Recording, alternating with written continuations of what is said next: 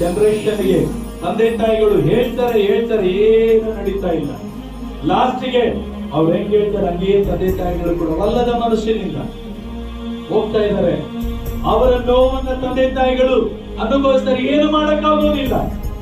ಆದರೆ ಯೌವನಸ್ಥನೇ, ಸಭೆಯಲ್ಲಿ ಬಳಿಯುವ ಯೌವನಸ್ಥನೇ, ನೀನು ಯಾರೇ ಆಗಿರಬಹುದು, ಯೌವನಸ್ಥನು ನಿನ್ನ ನಡತೆಯನ್ನ ಶುದ್ಧಿಪಡಿಸುವುದಕ್ಕೆ, ನಿನ್ನ ನಡತೆಯನ್ನ ಸರಾಗ ಮಾಡುವುದಕ್ಕೆ ಈ ಲೋಕದಲ್ಲಿ ಯಾರೂ ಇಲ್ಲ.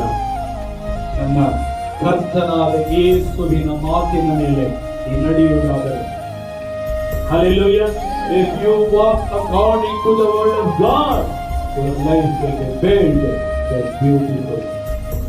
ನಿನ್ನ ಜೀವಿತ ಯವನ ಮಕ್ಕಳೇ, ಪ್ರತಿದಿನ ಏನು ಮರೆತರೂ ಪರವಾಗಿಲ್ಲ, ದೇವರ ವಾಕ್ಯದಿಂದಲೇ ನಿನ್ನನ್ನು ಶುದ್ಧೀಕರಿಸಿಕೋ. ದೇವರ ವಾಕ್ಯ ನಿನ್ನನ್ನು ಶುದ್ಧೀಕರಿಸದೆ, ಜನಗಳ ಮಾತು ನಿನ್ನನ್ನು ಕೆಡಿಸದೆ, ಮನುಷ್ಯನ ಮಾತು ನಿನ್ನನ್ನು ಕೆಡಿಸದೆ. ಮನುಷ್ಯನ ಮಾತು ನಿನಗೆ ಸ್ವಲ್ಪವರೆಗೆ ಮಾತ್ರ ಇರ್ತದೆ, ಆದರೆ ದೇವರ ಮಾತು ನಿನ್ನನ್ನು ಗುರಿ ತಲುಪಿಸುವವರೆಗೂ ಕೈಬಿಡುವುದಿಲ್ಲ.